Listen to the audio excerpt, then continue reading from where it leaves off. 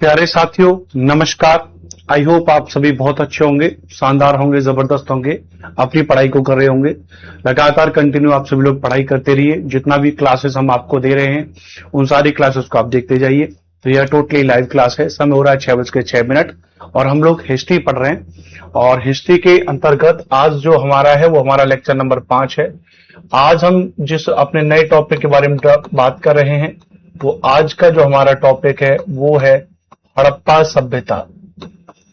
आज का जो हमारा टॉपिक है उसका नाम है हड़प्पा सिविलाइजेशन। तो हड़प्पा सिविलाइजेशन यानी हड़प्पा सभ्यता हमारा आज का टॉपिक है। और आज के इस टॉपिक को हम लोग यहाँ पे शुरू कर रहे हैं। ठीक है, तो जितने भी विद्यार्थी हैं सभी लोग बहुत ध्यान से प्रेम पूर्वक आप इस टॉपिक को पढ़िएगा। हड़प्पा सभ्यता हर एक एग्जाम के लिए आपकी महत्वपूर्ण है। कुछ भी हम इसमें नहीं छोड़ेंगे, ना तो एनसीईआरटी, ना एससीईआरटी, ना मार्केट की स्टैंडर्ड बुक्स, सब कुछ आपको इसमें ले लेंगे। ठीक है, चलो।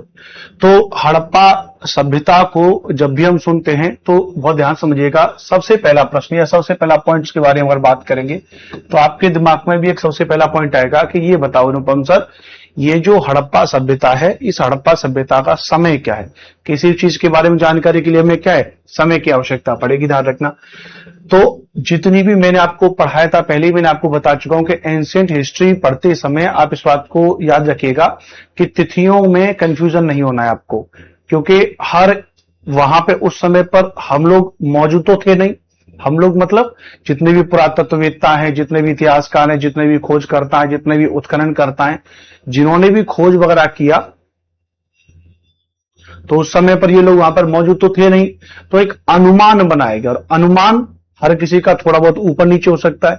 तो किसी भी का जो टाइम पीरियड बताया गया हिस्ट्री में, विशेष तौर से एंशिएंट हिस्ट्री में, वो अलग अलग है। किसी ने कुछ बताया, किसी ने कुछ बताया, और हर किसी ने अपने बताने के लिए प्रमाण भी दिए। तो हमें हर किसी को सही मानना पड़ता है, लेकिन हमें समझना होता है कि बहुत बेहतर कौन सा सही है। तो बहुत बेहतर सही बनाने के लिए टेक्नोलॉजी हमारे पास में, जिसको हम कहते हैं C14 मेथड्स, आपने सुना होगा, है ना। तो अगर हम सबसे पहले बात करेंगे तो हड़प्पा सभ्यता के बारे में अगर बात करें तो पहला पॉइंट हमारे सामने आएगा कि हड़प्पा सभ्यता का समय। हड़प्पा सभ्यता का समय अगर हम बात करेंगे, टाइम ऑफ हड़प्पन सिविलाइजेशन, तो बात करेंगे तो ध्यान रखना C14 के द्वारा। ये क्या, ये सबसे ज्यादा प्रमाणित है।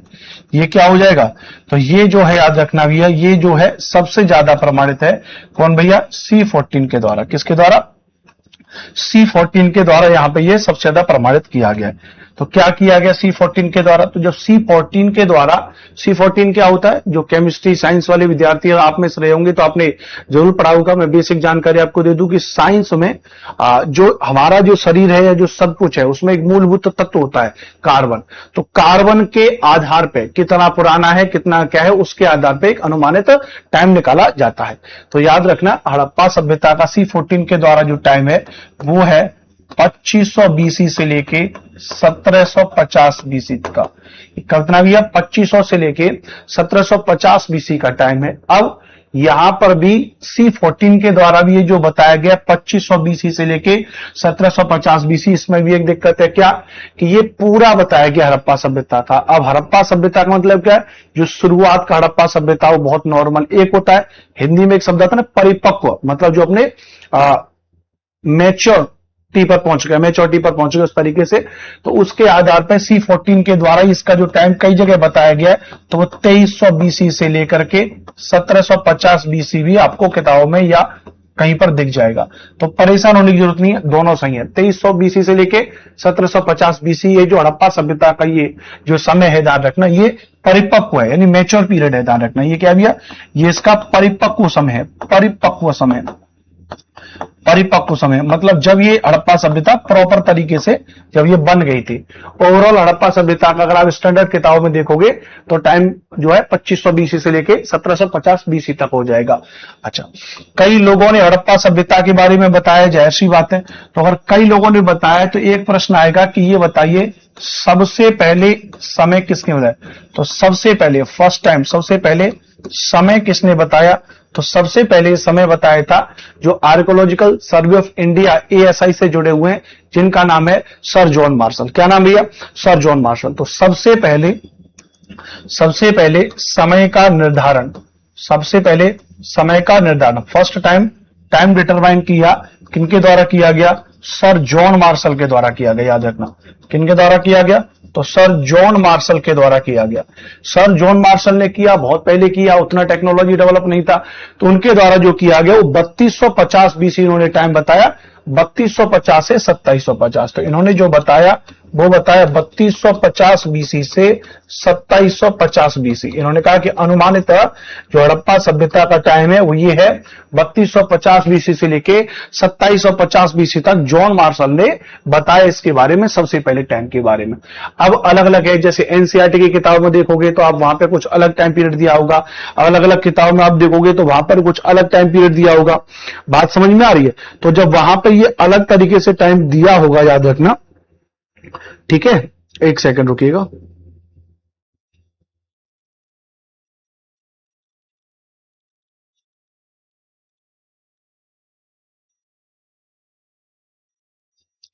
ठीक है, मैं जरा वॉइस वगैरह चेक कर लूं, क्योंकि कहीं कभी कभी होता है ना हमारा ये माइक गड़बड़ कर देता है ना।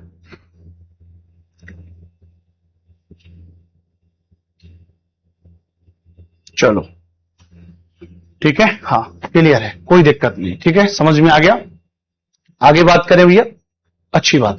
तो ये क्या है? ये टाइम पीरियड इसका बताया गया। तो हड़प्पा सभ्यता का समय अब आपको समझ में आ गया होगा कि भारत के इतिहास में जो हड़प्पा सभ्यता के समय के बारे में कहते हैं कि साहब हड़प्पा सभ्यता का समय क्या है, तो ये हड़प्पा सभ्यता का समय मुख्य रूप से अगर बात करेंगे तो C14 के द्वारा हड़प्पा सभ्यता के समय को ज्यादा बताया गया है ना। किसके द्वारा? C14 के द्वारा इसके समय को ज्यादा बताया गया। सबसे पहले जो है कि इसका डिटरमाइन किसके द्वारा किया गया था? जॉन मार्शल के द्वारा किया गया था। अच्छा, अब एक बात को समझिए कि इस सभ्यता के बारे में सबसे पहले जानकारी किसके द्वारा दी गई? मतलब ये तो टाइम पीरियड हमने आपको बता दिया, अब इस हड़प्पा सभ्यता को पढ़ेंगे तो याद रखना, अब एक अगला पॉइंट आएगा कि सबसे पहले जानकारी किसके द्वारा की गई। तो याद रखना, अगर हम बात करें सबसे पहले कि इस सभ्यता के बारे में, इस सभ्यता के बारे में सबसे पहले जानकारी, तो इस सभ्यता के बारे में सबसे पहले जानकारी किसके द्वारा दी गई? तो याद रखना, अगर हम बात करें कि सबसे पहले जानकारी किसके द्वारा की गई, तो एक ब्रिटिश यात्री थे, एक ब्रिटिश ट्रैवलर थे, ब्रिटिश यात्री थे जो भारत आए थे। अब यात्री शब्द तो हमने इसलिए प्रयोग किया क्योंकि वो भारत आए थे घूमने घामने के लिए, है ना, भारत आए थे इसलिए हमने यात्री शब्द कहा। लेकिन कायदे से अगर बात करेंगे तो वे इन्हीं पुरानी चीजों की खोज से संबंधित, पुरानी चीजों की, पुराने इतिहास का अध्ययन करने वाले थे, है ना। तो ब्रिटिश यात्री थे, इन्होंने क्या किया? सबसे पहले समय था 1826। क्या? एक ब्रिटिश यात्री थे जो 1826 में भारत आए और 1826 में इन्होंने सबसे पहले हड़प्पा सभ्यता के टीले को देखा। क्या देखा? 1826 में इन्होंने देखा, क्या देखा भैया? हड़प्पा सभ्यता का टीला, जो माउंट था हड़प्पा सभ्यता का टीला। कौन सा हड़प्पा सभ्यता का टीला? ये उधर गए थे पाकिस्तान वाले क्षेत्र में, जो हड़प्पा वाला क्षेत्र था उसके सबसे पहले इन्होंने टीले को देखा, जो उसका माउंट था। उस माउंट को सबसे पहले 1826 में इन्होंने देखा था और तब इन्होंने बताया कि यहां पे कोई ना कोई सभ्यता बसी है। और ब्रिटिश व्यक्ति का नाम क्या था? इनका नाम था चार्ल्स मैसन। क्या नाम था? चार्ल्स मैसन, याद रखना। तो इन व्यक्ति का नाम था, इनका नाम था चार्ल्स मैसन। तो चार्ल्स मैसन ने 1826 में सबसे पहले हड़प्पा सभ्यता के बारे में बताया था। और चार्ल्स मैसन ने, याद रखना, जब ये भारत से वापस गए चार्ल्स मैसन, तो बाद में अधिक रिसर्च के बाद इन्होंने अपनी एक पुस्तक लिखी थी, एक बुक इन्होंने लिखी थी जिसका नाम था नरेटिव ऑफ जर्नी। क्या नाम था? Narrative of journey. तो नरेटिव ऑफ जर्नी इनकी एक पुस्तक थी। उस नरेटिव ऑफ जर्नी में इन्होंने 1842 में इसके बारे में लिखा। किसके बारे में लिखा? हड़प्पा सभ्यता के बारे में लिखा। इसके बारे में लिखा। तो हड़प्पा सभ्यता के बारे में लिखा, तो हड़प्पा सभ्यता के बारे में लिखा, इस सभ्यता के बारे में लिखा नरेटिव ऑफ जर्नी में। किसमें भैया? नरेटिव ऑफ जर्नी में इन्होंने लिखा इस सभ्यता के बारे में। बात समझ में आ रही है आपके? बात समझ में आ रही है? तो हड़प्पा सभ्यता के बारे में लिखा, किसने लिखा? चार्ल्स मैसन ने लिखा, अपनी पुस्तक में लिखा, 1842 में लिखा, याद रखना। ठीक है, कोई दिक्कत तो नहीं भैया? कोई दिक्कत तो नहीं? यहां पे समझ में आ गया भैया? बताओ, यहां सब ये बात यहां पे क्लियर है, ये बात यहां पर एकदम से क्लियर है। आगे बढ़ जाएं। मैं एक बार आप सभी के कमेंट्स भी अपने मोबाइल में ऑन कर लेता हूं।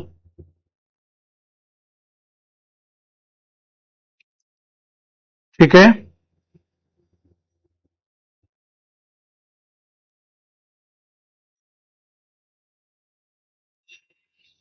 चलो ठीक है। अब इन्होंने सबसे पहले इसके बारे में लिखा था, ध्यान रखना। ठीक है, अच्छा, तो ये तो अपना यहां पे बता करके सबसे पहले चले गए कि भैया इस यहां पे ऐसे कोई हड़प्पा सभ्यता हो सकती है। पुराने इतिहास का अध्ययन करते ही थे, तो उन्होंने यहां पे एक अनुमान लगा के चले गए। उसके बाद उस समय पर आपको पता है भारत ब्रिटिश भारत है। ब्रिटिश भारत का मतलब है कि भारत में ब्रिटिश कल्चर चल रहा है, ब्रिटिश के अधीन है हम लोग। और जब हम लोग ब्रिटिश के अधीन है तो डेवलपमेंट के लिए 1858 में अगर आप बात करोगे तो 1856-58 के आसपास भारत में मतलब जब रेलवे लाइनों का विकास हो रहा है, तो ध्यान रखना 1856 में भारत में रेलवे लाइन बिछाई जा रही थी। तो आप देखिएगा यहां पर अगर बात करेंगे, यहां पर अगर हम अगला पॉइंट लिखेंगे तो इस सभ्यता के बारे में जानकारी, इस सभ्यता के बारे में जानकारी 1856 में हुई। कब हुई? 1856 में हुई। तो इस सभ्यता के बारे में जानकारी कब हुई? 1856 में इस सभ्यता के बारे में जानकारी हुई जब पंजाब में पहली बार रेलवे लाइन बिछाई जा रही थी। के बारे में जानकारी 1856 में हुई जब पंजाब में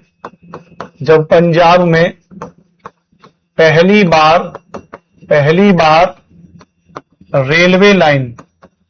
रेलवे लाइन बिछाई जा रही थी। तो जब पंजाब में पहली बार रेलवे लाइन बिछाई जा रही थी कराची से लाहौर तक, कराची से लाहौर तक, तो कराची से लाहौर तक जब पहली बार रेलवे लाइन बिछाई जा रही थी तो यहां पे दो इंजीनियर थे जो मुख्य रूप से काम कर रहे थे। उनका नाम था ब्रांटन बंधु, उनको कहा गया था। क्या कहा गया? ब्रांटन बंधु उनको कहा गया, जिनके दो नाम थे, जॉन ब्रांटन और विलियम ब्रांटन। जॉन ब्रांटन और विलियम ब्रांटन।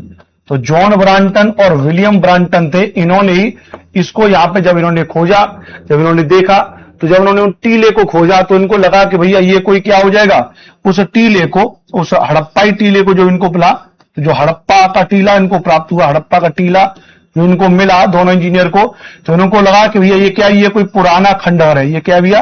कोई पुराना खंडहर है।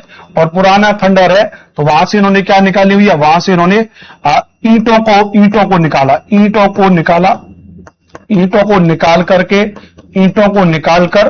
ईंटों को निकालकर रेलवे पटरी पर बिछा दिया, रेलवे पटरी पर बिछा दिया। जब रेलवे पटरी पर बिछा दिया, बाद में जब पता चला कि भाई बड़े लेवल पे वो वहां पे सब कुछ खोज कर रहे हैं, सब कुछ खुदाई वगैरह कर रहे हैं, तो उन्होंने कहा यार ये टीला जो है ये तो खत्म ही नहीं हो रहा। तो फिर पता चला कि नहीं यार ये तो सभ्यता, पुरानी सभ्यता जिसके बारे में चार्ल्स मैसन साहब कह के गए थे। तब फिर इसके बारे में दुनिया भर में आया, फिर आर्कियोलॉजिकल सर्वे ऑफ इंडिया की इसमें प्रॉपर निगाह पड़ी, फिर सब सारी चीजों को खुदाई हुई, सारी चीजों को हुआ। तो ये जो इनको हड़प्पा सभ्यता का जो पहला एक टीला दिखा था, उस टीले का नाम था हड़प्पा टीला। कौन सा था? हड़प्पा टीला था, जो आज भी पाकिस्तान के क्षेत्र में मौजूद है, रावी नदी के तट पर वहां पर है। तो इसको इस तरीके से रहा। तो अगर आपसे पूछा जाए कि भाई हड़प्पा की कहानी क्या है, तो हड़प्पा की कहानी इस तरीके से है कि हड़प्पा के बारे में सबसे पहले 1856 में जानकारी मिली जब पंजाब में पहली बार रेलवे लाइन बिछाई जा रही थी कराची से लाहौर तक। दो इंजीनियर थे, ब्रांटन बंधु, जॉन ब्रांटन, विलियम ब्रांटन। उन्होंने हड़प्पा का टीला खोड़ा, हड़प्पा टीला, जिसको उन्होंने कहा कि भैया तो पुराना खंडहर है। ईंटों को निकालकर रेलवे पटरी इन्होंने बिछा दिया। बाद में पता चला कि नहीं यार, यहां पे तो उन्होंने बहुत सारे टीलों को, बहुत सारे उन चीजों को गड़बड़ कर दिया और सारी चीजों के बारे में पता चला। जब पता चला कि ये तो भारतीय उपमहाद्वीप के सबसे पुराने शहरों में से एक है, ईंटों को निकालकर रेलवे पटरी पर बिछा दिया। जब रेलवे पटरी पर बिछा दिया, याद रखना, जब इनको बाद में पता चला, याद रखना भैया, कि ये शहर तो भारतीय उपमहाद्वीप के सबसे प्राचीन शहरों में से एक है, सबसे प्राचीन शहरों में से एक है। मतलब जितने भी ओल्डेस्ट सिटीज थे इंडियन सब कॉन्टिनेंट के, उनमें से एक थे, याद रखना। तो अगला पॉइंट लिखिएगा, इन शहरों का विकास आज से 4700 वर्ष पहले हुआ। आज से 4700 वर्ष पहले हुआ, यानी लगभग 2700 BC के आसपास। तो आज से 4700 वर्ष पहले हुआ, और ये भारतीय उपमहाद्वीप के सबसे प्राचीन शहर थे। और जो कहां पर थे भैया, जो सिंधु और उसकी सहायक नदियों के किनारे विकसित हुए। सिंधु और उसकी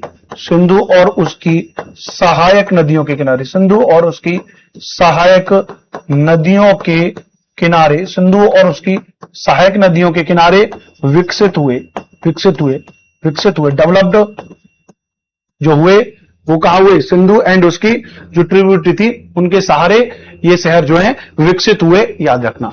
तो इस तरीके से हड़प्पा सभ्यता के बारे में सारी चीजें जो है पता चलती जा रही है। ठीक है, चलिए, कोई दिक्कत? बहुत बढ़िया। आगे बात करेंगे, ये सारी चीजें यहां पर आपको समझ में आ गई। इस तरीके से रहा, याद रखना कि हाँ भाई, ये हड़प्पा सभ्यता के बारे में चीजें हैं, याद रखना। अब हमने आपको हड़प्पा सभ्यता की खोज तो बताई दी कि हड़प्पा सभ्यता की खोज कैसे हुई। अब धीरे धीरे से तमाम व्यक्ति जोड़ते जाएंगे, उनको हम सीक्वेंस वाइज चीजों को पढ़ते जाएंगे। ठीक है, तो ये तो हड़प्पा सभ्यता अब पूरी दुनिया के सामने आ चुकी है कि हाँ एक्चुअल में हड़प्पा सभ्यता है, और इसकी धीरे धीरे यहीं से इसकी खुदाई इत्यादि चीजों में रिसर्च चालू हो जाएगी। तो रिसर्च चालू होने से पहले सबसे पहले एक दिक्कत सबके सामने आई, वो आई कि इस सभ्यता को हम नाम क्या देंगे।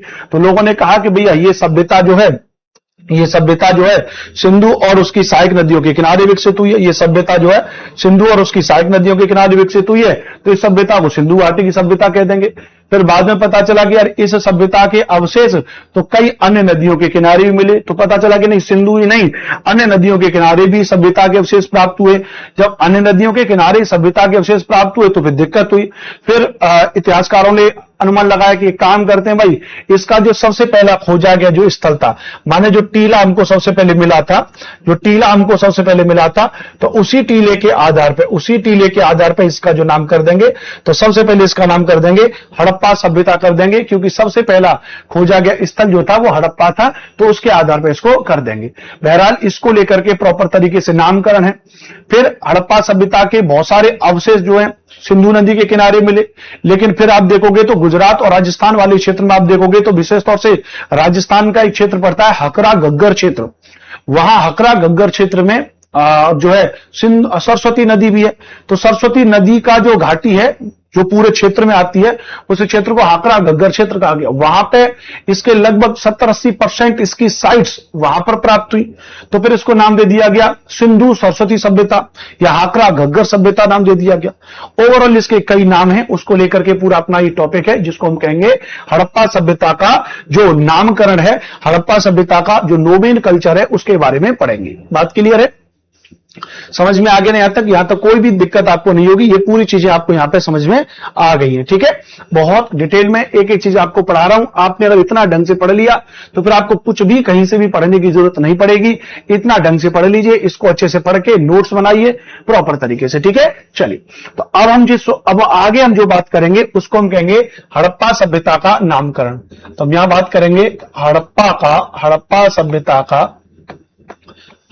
सभ्यता का नामकरण के बारे में बात करेंगे, यानी इसका जो नोमेन कल्चर है उसके बारे में बात करेंगे। जो इसका जो नोमेन कल्चर है उसके बारे में समझेंगे कि आखिरकार हड़प्पा सभ्यता का नाम किस किस तरीके से किस किस के द्वारा रखा गया। अब देखिए, हमने कहा याद रखना भैया, एक एक करके पॉइंट्स की अगर बात करें भाई याद रखना, तो हमने कहा कि सबसे पहले इसके बारे में बात करें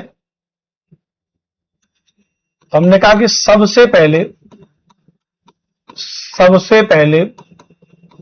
इसका खोजा गया स्थल, सबसे पहले इसका खोजा गया स्थल हड़प्पा था। सबसे पहले इसका खोजा गया स्थल हड़प्पा था, जो उस समय तो कह दिया गया था कि सिंधु नदी है, लेकिन बाद में जब रिसर्च हुई तब पता चला कि सिंधु की सहायक नदी रावी है, तो हम उस समय के हिसाब से ही लिखेंगे। सबसे पहले खोजा गया स्थल हड़प्पा था, जो सिंधु नदी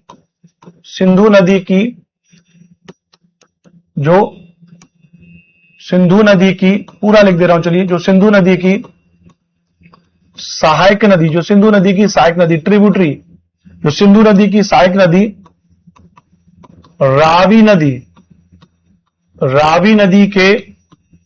नदी के तट पर था। तो इसका सबसे पहले इसका खोजा गया स्थल हड़प्पा था, जो सिंधु नदी की सहायक नदी रावी नदी के तट पर था। अतः इस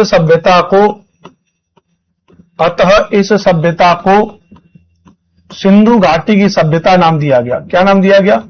सिंधु घाटी की सभ्यता है, सिंधु घाटी सभ्यता। अतः इस सभ्यता को सिंधु घाटी की सभ्यता नाम दिया गया। तो अब आप समझना कि सबसे पहले इसको नाम क्या दिया गया है। तो सबसे पहले जो इसको नाम दिया गया वो इसको नाम दिया गया सिंधु घाटी की सभ्यता, इसको नाम दिया गया। क्या नाम दिया गया? तो सबसे पहले सिंधु घाटी की सभ्यता नाम दिया गया। क्यों दिया गया? क्योंकि सबसे पहले खोजा गया स्थल जो था वो हड़प्पा था। वो कहां पे था? सिंधु नदी की सहायक नदी के किनारे था। तो ऐसा इसको नाम दे दिया गया कि भैया ये क्या है? सिंधु घाटी की सभ्यता। बात क्लियर है? स्वागत है सभी का। पूनम जी मैम वेलकम है आपका। समझ में आ रहा है सभी विद्यार्थियों के? बहुत बढ़िया, याद रखना। तो ये बात आपको समझ में आ गई, ठीक है। अच्छा, तो इन्होंने क्या किया? अभी इसको सिंधु घाटी सभ्यता नाम दिया। हमने कहा कि ये नाम देने वाले व्यक्ति कौन है, ध्यान रखना भैया, उनके बारे में तो पढ़ेंगे, ध्यान रखना। तो इसको जो सिंधु घाटी सभ्यता का नाम दिया, उनका नाम था, इनका जो ये जो नामकरण किया था वो व्यक्ति थे सर जॉन मार्शल। कौन थे भैया? तो वो व्यक्ति थे जिनका नाम था सर जॉन मार्शल। तो सर जॉन मार्शल ने इनका नाम किया। सर जॉन मार्शल ने अपनी किताब लिखी थी, जिसका नाम था मोहनजोदारो या मोहनजोदड़ो एंड इंडस सिविलाइजेशन। तो Mohenjodaro and Indus civilization. Mohenjodaro and the Indus civilization उन्होंने किताब लिखी थी। इस किताब में सबसे पहले इन्होंने इस सभ्यता को हड़प्पा सभ्यता नाम दिया। तो नंबर 1 पॉइंट के तौर पर अगर हम बात करें, कि हां सर, थोड़ा सा दूर कर देता हूं इसको। तो नंबर 1 पॉइंट क्या है? तो नंबर 1 पॉइंट यह है कि सभ्यता को सबसे पहले सिंधु घाटी सभ्यता का समझ में आ रहा है, ठीक है। यस सर, समझ में आ रहा है। बढ़िया तरीके से पढ़ो, एक पॉइंट्स, आपको कहीं से पढ़ने की जरूरत नहीं पड़ेगी। ये बात मैं सभी से कहता हूं, कितनी भी किताबें पढ़ लेना, मुझसे ज्यादा किताबें आपने ना कभी पढ़ पाओगे, क्योंकि आप अब शुरुआत करोगे। 10 किताब अब तक पढ़ चुका हूं, अपने नोट्स बनाया हूं, एनसीईआरटी, एससीईआरटी, मार्केट की किताबें, सब कुछ इसमें मिलेगा। तो ये भूल मत करना कि मार्केट से कोई भी किताब ले लो या उसमें अपना टाइम वेस्ट कर दो या यूट्यूब पर पढ़ो या आप क्वेश्चनों की प्रैक्टिस कर लो, सब बकवास रहेगी। सीधी बात है, कंटेंट जिस दिन आप पूरा पढ़ लोगे, जिस दिन आप ये पूरी थ्योरी मुझसे पढ़ लोगे, जैसे लिख करके मैं यहां पे आपको पढ़ा रहा हूं, वैसे लिख करके आप अपने नोट्स बना लोगे, उसी दिन बेड़ा पार हो जाएगा, ठीक है। चलो, तो ये बात होगी भैया कि इन्होंने इसका सिंधु सभ्यता का नाम दिया। अब दूसरी बात कहेंगे, याद रखना भैया कि ये बात होगी, याद रखना भैया। अब शुरुआत में तो इसका जो स्थल था वो सिंधु घाटी के किनारे हुआ, ध्यान रखना। अब दूसरा पॉइंट लिखेगा, ध्यान रखना कि कालांतर मतलब कुछ समय के बाद, कालांतर में इस सभ्यता के अवशेष, इस सभ्यता के अवशेष सिंधु नदी के अलावा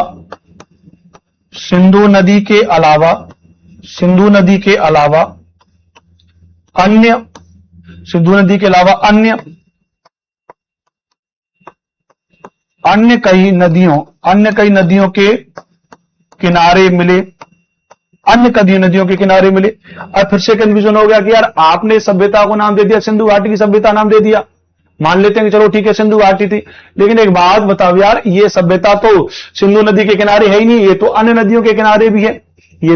अन्य नदियों के किनारे भी है, फिर मामला यार गड़बड़ हो गया, कह रहे ऐसा नहीं होना चाहिए, ध्यान रखना। जैसे जैसे बात करें कि अन्य नदियों के किनारे थे, तो अन्य नदियों के किनारे मिले, तो फिर एक हमारे एक बड़े इतिहासकार हुए हमारे यहाँ पे, एएसआई में भी उन्होंने काम किया बाद में, वीएन मिश्रा साहब। तो वीएन मिश्रा साहब ने कहा कि नहीं भाई यार ये तो गलत है। जैसे फॉर एग्जांपल कालांतर में सभ्यता के अवशेष सिंधु नदी के अलावा अन्य कई नदियों के किनारे मिले। कौन कौन सी नदियों के किनारे मिले, ध्यान रखना। तो ये प्राप्त हुए, ध्यान रखना, सरस्वती नदी के किनारे, सरस्वती नदी घाटी में, नदी घाटी इसलिए कह रहा हूं पूरा क्षेत्र आ जाएगा। सरस्वती जो रिवर वैली है, सरस्वती नदी घाटी, और सरस्वती नदी घाटी का जो क्षेत्र था, जिस क्षेत्र को हम कहते हैं हकरा गग्गर क्षेत्र, हकरा गग्गर क्षेत्र, कहां पर, राजस्थान वाले क्षेत्र में। अब हकरा गग्गर क्षेत्र में उस समय इस सभ्यता के 80%, 70 से 80% साइट्स थी, 70 से 80% साइट्स जो थी, 70 से 80% साइट्स खोजी गई। तो उस समय पर याद रखना भाई लोगों की, इसके 70 से 80% साइट्स सरस्वती नदी हकरा गग्गर क्षेत्र में हुई। भाई पहले ही तो खोजा गया था उधर, फिर बाद में और भी जगह पे खोजा गया। जब और भी जगह पे खोजा गया तो यार ये तो गड़बड़ है, फिर आप इसको ये नाम नहीं दे सकते हो। तो फिर इसका एक नया नाम मिलेगा, इसको एक नया नाम कह दिया गया, चलो सिंधु नदी के तो किनारे है ही है, चलो सरस्वती नदी के किनारे भी नाम रख देते हैं। तो इसका मिला जुला करके नाम रख दिया गया सिंधु सरस्वती सभ्यता, सिंधु सरस्वती सभ्यता। अब कई किताब में आपको उसको सरस्वती घाटी की सभ्यता मिल जाएगा, बात वही है, या मिला जुला के कह दिया सिंधु सरस्वती सभ्यता। कई जगह इसको हकरा गग्गर सभ्यता मिल जाएगा, वो कोई दिक्कत नहीं, एक ही चीज है, सिंधु सभ्यता मिल गया। और इसके जो प्रस्ताव भेजा था, किसके द्वारा भेजा था, तो वीएन मिश्रा साहब के द्वारा भेजा गया था। किनके द्वारा भेजा गया था, वीएन मिश्रा साहब के द्वारा भेजा गया था कि भैया इसका नाम जो है सरस्वती नदी सभ्यता भी होना चाहिए। तो ये क्या हो गया, ये एक दूसरा पॉइंट हो गया, ये इसके नामकरण में एक दूसरा पॉइंट हो गया। बताइए कोई दिक्कत। धीरे धीरे खोजें आगे बढ़ रही हैं। जब खोज आगे बढ़ रही तो अब इस सभ्यता के स्थल कुछ आप देखोगे तो अफगानिस्तान वाले क्षेत्र में भी आगे चल करके जाके मिले। अफगानिस्तान में आपने सुना होगा, सोरतुगुई का आपने नाम सुना होगा, मुंडी गाग का आपने नाम सुना होगा। फिर इस सभ्यता के अवशेष पाकिस्तान के अन्य क्षेत्रों में भी प्राप्त हुए, जैसे पाकिस्तान का अन्य क्षेत्र में मेहरगढ़ है, किलीगुल मोहम्मद है, बालाकोट है, राना गुंडई है, सुतकांगीडोर है, जो पाकिस्तान का बलूचिस्तान वाला जो क्षेत्र है, पाकिस्तान के मोहनजोदारो है, चनूदड़ो है, आलम जो है कि आपका आमरी वाला क्षेत्र है, कोटदीजी वाला क्षेत्र है, जो सिंध प्रांत वाले क्षेत्र में मौजूद है। तो इस तरीके से कहा गया नहीं ये तो मामला गड़बड़ है। अभी तो और फिर आगे बढ़ रहे हैं, वहां पे तो अब सरस्वती नदी भी नहीं है, वहां पे अन्य कई नदियां हैं, ध्यान रखना। इसके स्थल उत्तर प्रदेश में खोजे गए, तो उत्तर प्रदेश में इसका स्थल खोजा गया हमारे बगल में। मैं आगरा में रहता हूं, उस वक्त आगरा से पढ़ा रहा हूं आपको, आगरा वाली ऑफिस से, तो हमारे बगल में ही थोड़ा चलेंगे दिल्ली साइड में तो मेरठ पड़ता है। तो मेरठ में एक जगह पड़ती है आलमगीरपुर, आलमगीरपुर में वहां पर एक छोटी सी नदी है हिंडन नदी। तो हिंडन नदी के किनारे इसके अवशेष खोजे गए। नीचे गए तो महाराष्ट्र में, जब इसके हुए तो महाराष्ट्र में गोदावरी नदी की एक सहायक नदी है, वहां पे इसके अवशेष खोजे गया। तो यार ये तो बड़ा गड़बड़ हुआ कि यार अब कहां पे खोजेंगे इसको। इधर जब चले गए यहाँ पे पाकिस्तान के सिंध बलूचिस्तान वाले क्षेत्र में सुतकांगीडोर में, तो वहां पर यार एक नदी बहती है, दास का नदी आज भी बहती है। तो दास नदी के किनारे इसके अवशेष खोजोगे तो ओवरऑल फिर एक कंट्रोवर्सी क्रिएट हो गई कि आखिरकार इस सभ्यता का नाम रखें तो रखें क्या, रखेंगे तो फिर अब इसमें तीसरा पॉइंट पढ़ा जाएगा। आप समझ रहे हो मैं आपको कितना सिस्टम से पढ़ा रहा हूं, एक एक चीज आपको सिस्टम से पढ़ा रहा हूं ताकि आपके दिमाग में कोई भी कंफ्यूजन ना बना रहे। बस हमारी इस मेहनत को जाया मत जाने देना, इसको अच्छे से पढ़ लेना बढ़िया तरीके से। और एक रिक्वेस्ट भी रहेगी थोड़ा सा कि इतना बढ़िया एप्लीकेशन पर पढ़ा रहे हैं, अभी रीच हमारी उतनी बहुत ज्यादा नहीं जा रही है, तो कम से कम एक बार अपने दोस्तों को इसके बारे में बता दिया करिए, अपने फ्रेंड्स को हमारे कोर्सेस के बारे में बता दिया करिए। हमारे भी 2 कोर्स चल रहे हैं, एक तो उत्तर प्रदेश में टीजीटी की वैकेंसी आ रही है, तो उत्तर प्रदेश में टीजीटी एसएसटी का कोर्स हमारा 999 का प्राइस बिल्कुल फिक्स रहते हैं, ना कम ना ज्यादा, क्योंकि पढ़ाते इतना हम बढ़िया है पूरी मेहनत के साथ में। तो ये हमारा एक कोर्स चल रहा है। एक नंबर 2 हमारा जो कोर्स चल रहा है, याद रखना भैया, एक टीजीटी में और पीजीटी में, टीजीटी और पीजीटी में जो विद्यार्थी ज्योग्राफी सब्जेक्ट से तैयारी करना चाह रहे हैं उसके लिए हमारा कोर्स है 1499 का, पीजीटी का बैच है, ज्योग्राफी पीजीटी का बैच है। एक हमारा जो बैच है याद रखना बीपीएससी टीआरई का हमारा बैच है, बीपीएससी टीआरई में वर्ग 6 और 8, वर्ग 9 और 10 के लिए हमारा बैच है जो 999 का कोर्स है। आप उसके बारे में प्लीज एक बार बता दिया करें। और उत्तर प्रदेश में टीजीटी और पीजीटी की जो तैयारी कर रहे हैं, जो जीआईसीएलटी की तैयारी कर रहे हैं, अब वहां पे जीएस को कॉमन कर दिया, 30 मार्क्स की जीएस कॉमन कर दिए, तो 30 मार्क्स की जीएस का बैच भी लाइव चल रहा है 499 रुपए का। उत्तर प्रदेश में अब सीजीटी और पीजीटी का पेपर आपको पास करना है तो 30 नंबर की जीएस भी आपको पढ़नी पड़ेगी, जिसमें पूरा सिलेबस दे रखा है। तो 30 नंबर की जीएस का भी हमने बैच लॉन्च किया है जो 499 का है, जो एप्लीकेशन पे अवेलेबल है, याद रखना भैया। आप में से जो ज्योग्राफी की तैयारी कर रहे हैं तो हमने एक यूजीसी नेट का बैच लॉन्च किया, यूजीसी नेट ज्योग्राफी से। तो वो जो बैच है हमारा बहुत प्राइस कम है, 1999 का, मार्केट में 8-8 10-10 हजार रुपए के यूजीसी नेट के बैचेस है। तो इन बैचेस में बहुत प्रॉपर तरीके से, सिस्टमेटिकल तरीके से क्लासेस चल रही हैं। तो आप सभी से एक निवेदन होगा कि आप इसको लेकर के अपने दोस्तों के बारे में बताया करें। आपके दोस्त बीपीएससी टीआरई वगैरह की तैयारी कर रहे हैं, टीजीटी पीजीटी की तैयारी कर रहे हैं, कोई पीजीटी की तैयारी कर रहा है, जीआईसी की तैयारी कर रहा है, एलटी ग्रेड की तैयारी कर रहा है, नेट की तैयारी कर रहा है, आप उनको बताओ। क्योंकि आप हमसे लाइव पढ़ रहे हो एप्लीकेशन में, ये क्लास टोटली एप्लीकेशन पर ही चल रही है, तो आप हमसे पढ़ रहे हो, हमारे पढ़ाने का तरीका देख रहे हो, तो आप एक बार अपने दोस्तों को रिकमेंड करो कि यार अलग अलग जगह जाने से बढ़िया एक जगह जाकर के आप कायदे से चीजों को पढ़े। ठीक है, चलो खैर आगे चलते हैं, ये आपके ऊपर है।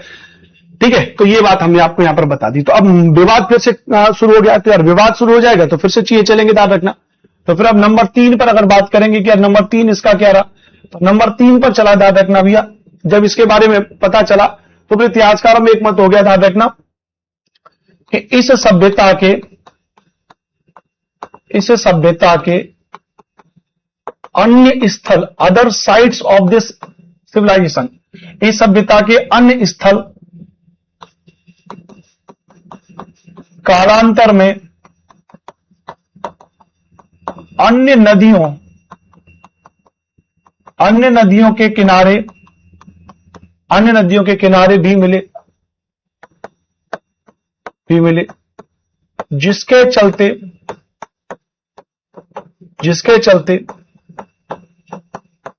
इस सभ्यता का नाम हड़प्पा सभ्यता किया गया, जिसके चलते सभ्यता का नाम हड़प्पा सभ्यता किया गया, क्योंकि हड़प्पा इस सभ्यता का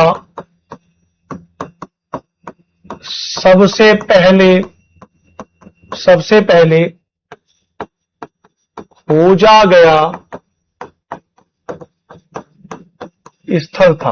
हड़प्पा सभ्यता, क्योंकि हड़प्पा इस सभ्यता का सबसे पहले क्या था भैया, खोजा गया स्थल था। तो हड़प्पा क्या था, ये जो हड़प्पा था इस सभ्यता का सबसे पहले खोजा गया स्थल था। तो कि यार अब आगे भी सभ्यता के अवशेष जो है अलग अलग नदियों के किनारे मिलेंगे, आगे भी मिलेंगे, तो फिर से विवाद क्लियर हो गया। तो इसलिए नाम बदल के कह दिया कि भैया अब फाइनली इस सभ्यता का जो नाम हो जाएगा वो फाइनली सभ्यता का नाम हड़प्पा सभ्यता हो जाएगा। क्यों हो जाएगा साहब, क्योंकि भैया इस सभ्यता का सबसे पहले खोजा गया स्थल जो था वो हड़प्पा था, इसलिए हमने इस सभ्यता का नाम क्या कर दिया भैया, इसलिए हमने इस सभ्यता का नाम हड़प्पा सभ्यता कर दिया गया, हड़प्पा सभ्यता कर दिया गया। बात क्लियर है, कोई दिक्कत, अच्छी बात। अब आगे नंबर 4 पर और चलेंगे, याद रखना। तो इस सभ्यता के लोगों के द्वारा, इस सभ्यता के लोगों के द्वारा कांसा का प्रयोग किया गया, ब्रॉन्ज, कांसा का प्रयोग किया गया। इस सभ्यता के लोगों के द्वारा कांसा का प्रयोग किया गया, इसलिए इस सभ्यता को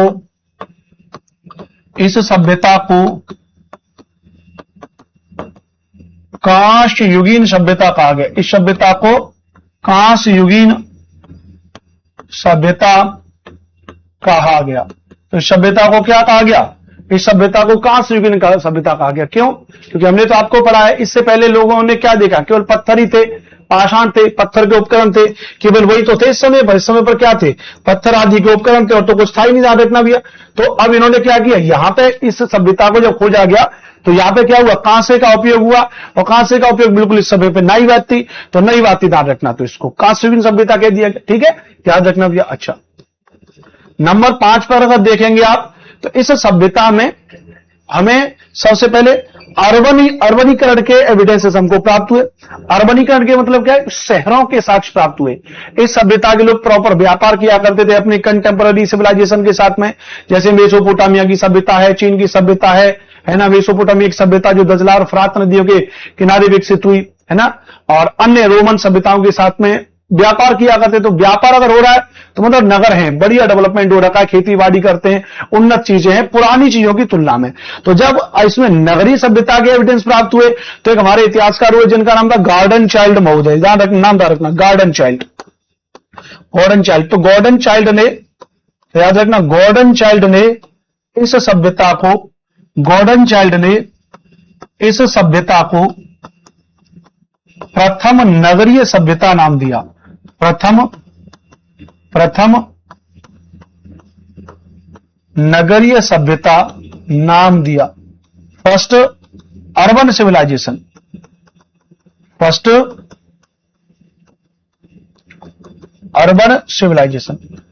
अर्बन सिविलाइजेशन को नाम दिया क्योंकि नगरों के एविडेंसेस यहां पर हुए कि भैया यहां के लोग तो नगरों की तरफ थे, तो इसको जो है नगरीय सभ्यता कहा, ध्यान रखना भैया, है ना। और ऐसा पूरे भारतीय उपमहाद्वीप में इसी सभ्यता में हुआ, ध्यान रखना।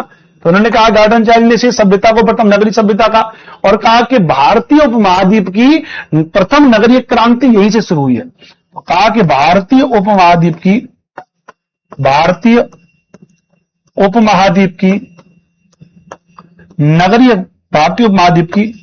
प्रथम नगरीय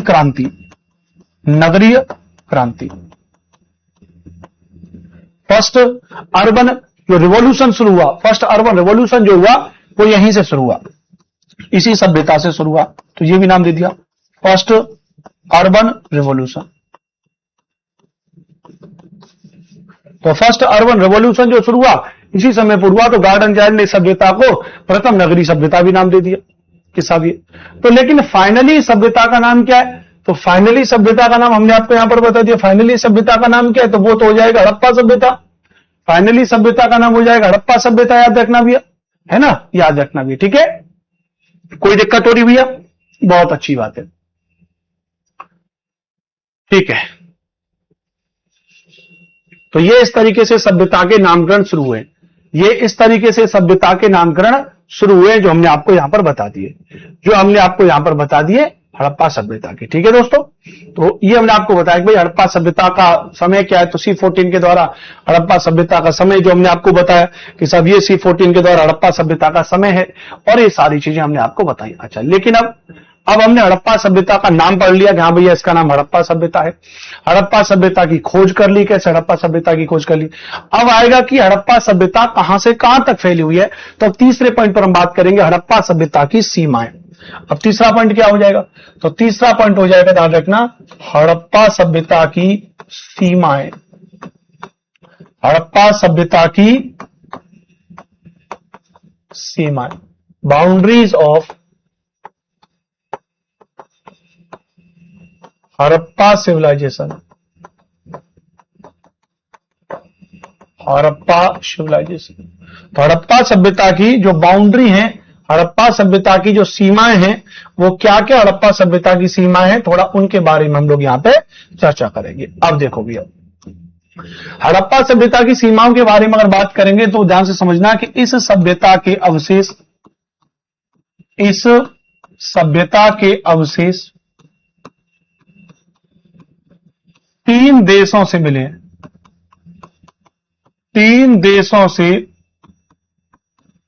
हैं। इस सभ्यता के अवशेष कितने देशों से मिले हैं भैया? 3 देशों से मिले हैं। कौन कौन से वो 3 देश हैं, ध्यान रखना। इसके एविडेंस अफगानिस्तान वाले क्षेत्र से प्राप्त हुए, शोरतुगई, मैंने आपको बताया था, मुंडी घाट के बारे में मैंने बताया था। इस सभ्यता के जो एविडेंस है वो पाकिस्तान वाले क्षेत्र में प्राप्त हुए। इस सभ्यता के जो अवशेष हैं वो भारत में भी हमको प्राप्त हुए, इंडिया में प्राप्त हुए। जैसे भारत में अगर बात करेंगे, यहां पे अफगानिस्तान बात करेंगे तो आपने एक स्थल का नाम जरूर सुना होगा, शोरतुगई का आपने नाम सुना होगा। शोरतुगई का आपने नाम सुना होगा। आपने मुंडी घाट का नाम सुना होगा किताब में दे रखा, तो ये भी याद रखना, शोरतुगई और मुंडी घाट। शोरतुगई और मुंडी घाट जो है वो क्या हो जाएंगे, याद रखना भैया। शोरतुगई को इंग्लिश में भी शोरतुगई बोलेंगे, इसे शोरतुगई। मुंडी घाट को मुंडी घाट। तो ये क्या, ये अफगानिस्तान की प्रमुख साइट से हड़प्पा सभ्यता की शोरतुगई और मुंडी घाट हो जाएंगे, याद रखना भैया। वहीं अगर पाकिस्तान वाले क्षेत्र में बात करेंगे, याद रखना, तो जैसे पाकिस्तान में हमने आपको नाम बताए बहुत सारे, तो पाकिस्तान में इसके जो नाम है, जैसे हमने बताया कि मेहरगढ़ के बारे में बताएंगे, मेहरगढ़, मेहरगढ़ के बारे में बात करेंगे। किली गुल मोहम्मद के बारे में बात करेंगे, किली गुल मोहम्मद, किली गुल मोहम्मद, तो किली गुल मोहम्मद हो जाएगा, मेहरगढ़ हो जाएगा, याद रखना। यहां पे बात करेंगे तो यहां पे बालाकोट हो जाएगा, राना गुंडई हो जाएगा, सुतकांगेडोर हो जाएगा, बालाकोट,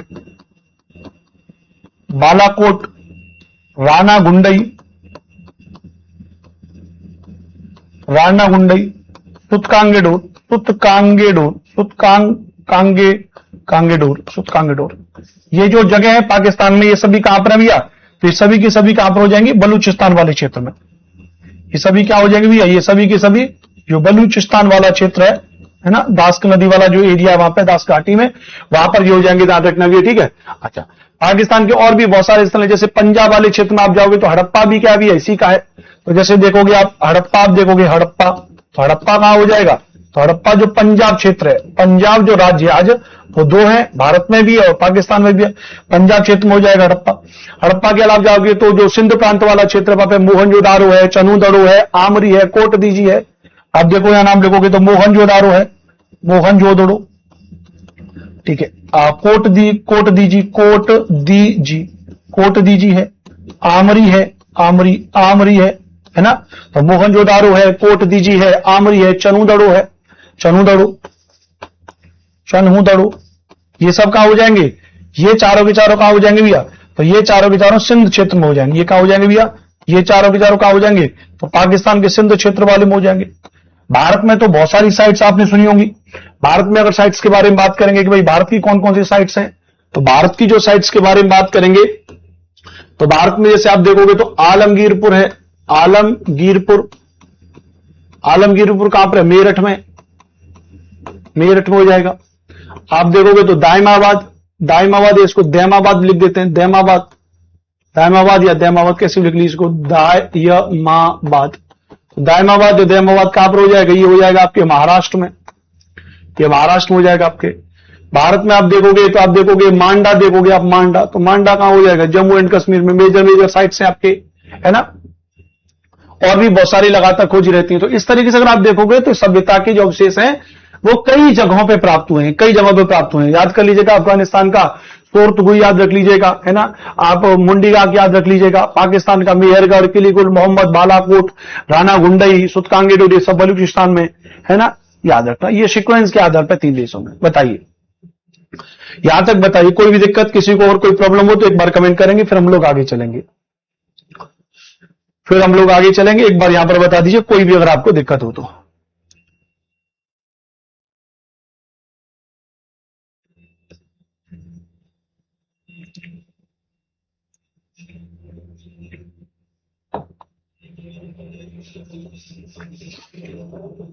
ठीक है, तो ये तो यहां पर है। अब ये मुख्य रूप से कहां कहां पर फैली हुई है, इसकी लंबाई चौड़ाई क्या है, थोड़ा उसके बारे में भी एक अनुमान बात करेंगे। तो अगर अनुमान के तौर पर बात करेंगे, ध्यान रखना भैया, तो एक ऐसे डायग्राम के तौर पर हम लोग यहां पर समझ लेंगे, ध्यान रखना। ऐसे एक लाइन बना लेते हैं, ड्रॉ कर लेते हैं, ऐसे एक लाइन इसकी ड्रॉ कर लेते हैं। कुछ ज्यादा बड़ी हो जाएगी क्या? ऐसे हम लोग इसकी एक लाइन ड्रॉ कर लेते हैं कि भाई कहां कहां पे हड़प्पा सभ्यता के जो एरियाज है वो एरियाज कौन कौन से, थोड़ा सा। जैसे हड़प्पा सभ्यता का अगर हम बात करेंगे कि सबसे उत्तरी बिंदु क्या हो जाएगा, सबसे उत्तरी बिंदु क्या हो जाएगा, नॉर्दर्न पॉइंट क्या हो जाएगा हड़प्पा सभ्यता का।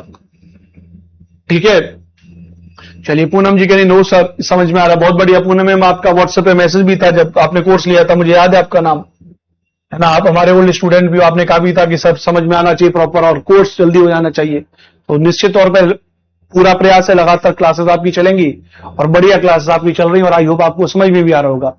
तो थोड़ा सा अपने दोस्तों को भी रिकमेंड करें प्लीज, और बेहतर हमारे लिए हो जाएगा।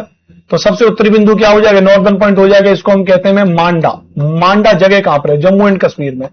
आज ये जगह ऊपर और लद्दाख वाले बॉर्डर पे पहुंच गई, लेकिन आप जम्मू कश्मीर समझिए। सबसे उत्तरी बिंदु क्या है, मांडा हो जाएगा। मांडा क्या है, यहां पर हो जाएगी, ये सबसे उत्तरी बिंदु हो जाएगा किसका भी, हड़प्पा सभ्यता का। बात करेंगे भी, याद रखना कि इसका सबसे पूर्वी बिंदु क्या हो जाएगा, सबसे पूर्वी बिंदु क्या हो जाएगा इसका, ईस्टर्न पॉइंट क्या हो जाएगा सभ्यता का? Eastern point. तो ईस्टर्न पॉइंट के बारे में बात करेंगे, सबसे पूर्वी बिंदु के बारे में अगर हम बात करेंगे तो इसका सबसे पूर्वी बिंदु हो जाएगा आलमगीरपुर। आलमगीरपुर, आलमगीरपुर कहां हो जाएगा? मेरठ में। कहां हो जाएगा? मेरठ में आलमगीरपुर हो जाएगा। कहां हो जाएगा? मेरठ में हो जाएगा, आलमगीरपुर हो जाएगा। कोई दिक्कत? बहुत बढ़िया। सबसे पूर्वी बिंदु आलमगीरपुर मेरठ में हो जाएगा। कौन सी नदी के किनारे हो जाएगा? ये बड़ा महत्वपूर्ण है। तो रिवर थी, याद रखना, जो नदी है वो है हिंडन नदी। हिंडन नदी, हिंडन नदी। यहां पर नदी नहीं लिखी, यहां पर नदी लिखी है चिनाब नदी। कौन सा भैया? चिनाब नदी। यहां पर ये चिनाब नदी के किनारे है। ठीक है, अच्छी बात है। वहीं अगर हम बात करें, याद रखना, इसका सबसे दक्षिणी बिंदु क्या हो जाएगा? सबसे दक्षिणी बिंदु। तो सबसे दक्षिणी बिंदु के बारे में अगर बात करेंगे तो सबसे दक्षिणी बिंदु हो जाएगा दाइमाबाद। दाइमाबाद, दाइमाबाद जगह कहां पर भी बताई थी? महाराष्ट्र में। दाइमाबाद जगह कहां पर है? महाराष्ट्र में है। कौन सी नदी के किनारे? गोदावरी की एक सहायक नदी है, तो आप लिख लीजिए ये गोदावरी नदी। भोगवा नदी वैसे गोदावरी नदी, गोदावरी नदी। ठीक है, सबसे दक्षिणी बिंदु। बात करेंगे ध्यान रखना भैया, सबसे दक्षिणी बिंदु यानी सदर्न पॉइंट। सदर्न पॉइंट, ठीक है, क्लियर है? चलिए आगे चलेंगे, ध्यान रखना भैया। वहीं अगर हम बात करेंगे सबसे पश्चिमी बिंदु के बारे में बात करेंगे। सबसे पश्चिमी बिंदु, सबसे पश्चिमी बिंदु। तो सबसे पश्चिमी बिंदु के बारे में अगर बात करेंगे तो क्या हो जाएगा हमारा? बलूचिस्तान हो जाएगा। सुतकांगेडोर, सुतकांगेडोर, सुतकांगेडोर बलूचिस्तान हो जाएगा। सुतकांगेडोर कहां हो जाएगा जी? बलूचिस्तान में। बलूचिस्तान में, बलूचिस्तान जो आजादी की मांग भी कर रहा है पाकिस्तान से लगातार। नदी कौन सी हो जाएगी? तो नदी हो जाएगी यहां पे दास्क नदी। क्या हो जाएगी भैया? दास्क नदी। यहां पे दास्क नदी है। तो इस तरीके से इसकी ये क्या हो जाएंगी भैया? इसकी ये चार सीमाएं हो जाएंगी। इसकी क्या हो जाएंगी? ये चार सीमाएं हो जाएंगी। इस बात को आप याद रख लीजिएगा, ठीक है? अच्छा, कभी एक प्रश्न पूछा जाता है कि जी इसकी लंबाई कैसे कैसे है, ध्यान रखना। तो अगर इस पूरी सभ्यता की अगर हम बात करेंगे, ध्यान रखना भैया, तो अगर हम बात करें कि नॉर्थ से लेकर के और साउथ तक, नॉर्थ से लेकर के अगर साउथ तक बात करेंगे तो इसकी जो लंबाई है वो 1100 किलोमीटर है। कभी कभी इसी को कई किताबों में 1400 किलोमीटर भी दिया हुआ है, लेकिन अनुमानित 1100 किलोमीटर मानी जाती है। नई नई खोजों के हिसाब से लंबाई बढ़ती जाती है, तो इस तरीके से 1400 किलोमीटर मानी गई है, लेकिन आप इसको 1100 किलोमीटर मान के चलिए, ठीक है? अच्छा, वहीं अगर बात करेंगे भैया वेस्ट से लेकर के, वेस्ट से लेकर के अगर हम बात करें भैया कि ईस्ट तक इसकी लंबाई क्या हो जाएगी? वेस्ट लेके ईस्ट तक, मतलब ये तो उत्तर से लेके दक्षिण तक की इसकी लंबाई हो जाएगी। अब पश्चिम से लेके पूर्व तक इसकी लंबाई क्या हो जाएगी? तो 1600 किलोमीटर। क्या? 1600 किलोमीटर। तो हड़प्पा सभ्यता की पूर्व से पश्चिम तक लंबाई कितनी है? 1600 किलोमीटर हो जाएगी। हड़प्पा सभ्यता की उत्तर से दक्षिण तक लंबाई कितनी हो जाएगी? तो 1100 किलोमीटर हो जाएगी। आम धारणा, मतलब आम बातों में इसको 1100 किलोमीटर कहते हैं। अब नई खोजों के हिसाब से ऐसा कोई सवाल पूछ ले कि नहीं, नई खोजों के हिसाब से इसकी क्या है, तो वो 1400 किलोमीटर भी आप कंसीडर कर सकते हो। तो ये क्या हो जाएंगे भैया? ये इसकी जो है हड़प्पा सभ्यता की सीमाएं हो जाएंगी, हड़प्पा सभ्यता की लंबाई चौड़ाई हो जाएगी, ठीक है? कोई दिक्कत बताइए भैया? थैंक यू सर, आपको मेरा नाम याद है जी? बिल्कुल, जो आदमी ज्यादा परेशान करता है उसका नाम हमेशा याद रखना चाहिए, ठीक है? चलिए, ठीक है, समझ में आ गया। तो ये सारी बातें यहां पर हैं, ये सारी बातें यहां पर हो गई। अब हम जो बात करेंगे, अब हम कल जो आपको पढ़ाएंगे, कल का जो हमारा टॉपिक होगा, आज का टॉपिक यहीं पर हो जाएगा। कल अब हम जो आपको पढ़ाएंगे हड़प्पा सभ्यता के जो नगर हैं, हड़प्पा सभ्यता के जो नगर हैं, वो नगर कैसे बसे थे। हमने कहा था ना कि भाई ये नगर योजना है। अगर ये नगरीय योजना है, अगर ये नगरीय क्रांति थी, यहां के लोगों ने नगरों को बसाया, तो नगरीय क्रांति थी, तो यहां के नगरों की योजना क्या थी उसको हम अगली क्लास में कल पढ़ेंगे विधिवत तरीके से। आई होप आपको यहां पे समझ में आ गया होगा। ये आपका पार्ट 1 यहां पर हो गया प्रॉपर तरीके से। मैंने आपको बहुत डिटेल में स्ट्रक्चर रूप में आपको पढ़ा दिया। इसकी पीडीएफ आपको मिल जाएगी, अच्छे से पढ़ते रहिए और मस्ती के साथ में पढ़िए। नमस्ते, नमस्कार। कल का जो टॉपिक होगा वो हड़प्पा सभ्यता के अगला टॉपिक होगा। 6 बजे आपकी रेगुलर हिस्ट्री की क्लास होती है, आप 6 बजे लाइव आ जाया करो।